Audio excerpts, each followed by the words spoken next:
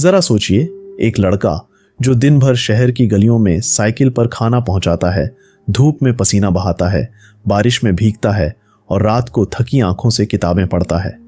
लोग उसे बस डिलीवरी बॉय कहकर पहचानते हैं, लेकिन उसके दिल में जल रहा होता है एक ऐसा सपना जिसे पाने के लिए लोग सालों की मेहनत और हिम्मत लगाते हैं।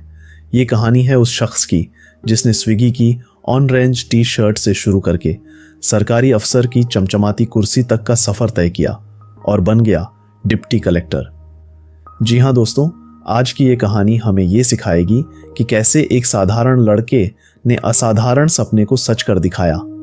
ऐसी ही मोटिवेशनल और इंस्पिरेशनल कहानियों के लिए वीडियो को लाइक कर दीजिए। चैनल पर नए हैं तो चैनल को सब्सक्राइब जरूर कर लीजिएगा। बरसों पहले शहर की तंग गलियों में एक साधारण सा लड़का साइकिल पर खाना डिलीवर करता हुआ दौड़ता था। उसका नाम था अभिषेक कुमार।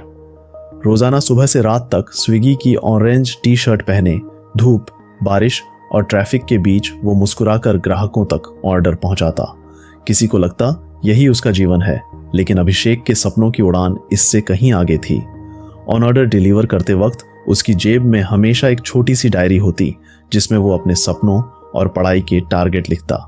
शाम को जब बाकी डिलीवरी बॉय आराम करते, अभिषेक घर लौटकर यूपीएससी की किताबें खोल देता। दिन में 100 किलोमीटर साइकिल चलाने के बाद भी उसकी आंखों में थकान नहीं बल्कि चमक होती थी, क्योंकि वो जानता था हर ऑर्डर उसके संघर्ष की कहानी का एक नया पन्ना है। कई बार थकान और नींद से लड़ते हुए वो पार्क की बेंच पर या चाय की दुकान के कोने में किताब पढ़ता और मोबाइल में कोचिंग के लेक्चर सुनता। लोग हंसते, कहते, अरे भाई ये तेरे बस का नहीं है। लेकिन अभिषेक ने हर ताने को ईंधन बना लिया। उसने अपनी मुश्किलों को बहाना नहीं बल्कि हथियार बनाया। दिन में डिलीवरी, रात में पढ़ाई, यही उसकी दिनचर्या बन गई। घर की आर्थिक हालत खराब थी, लेकिन उसने ट्यूशन और डिलीवरी की कमाई से अपनी किताबें और फॉर्म भरे।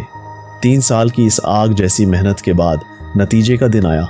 कंप्यूटर स्क्रीन पर जब उसका नाम डिप्टी कलेक्टर के सामने चमका तो उसकी आंखों से आंसू बह निकले। वो सिर्फ अपनी जीत नहीं देख रहा था, बल्कि वो हर बारिश, हर धूप, हर थकान, हर ताना याद कर रहा था।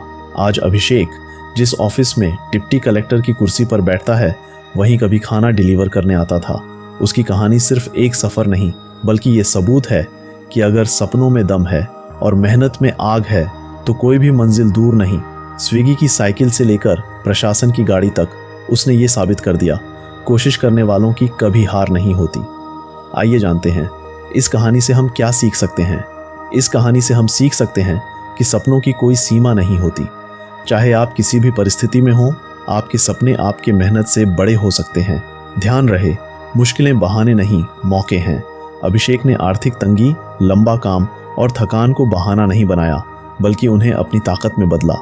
इस कहानी से एक बात सीखने वाली ये भी है कि समय का सही इस्तेमाल सफलता की कुंजी है। दिन में डिलीवरी और रात में पढ़ाई करके उसने दिखाया कि समय हमेशा होता है, बस उसका उपयोग करना आना चाहिए।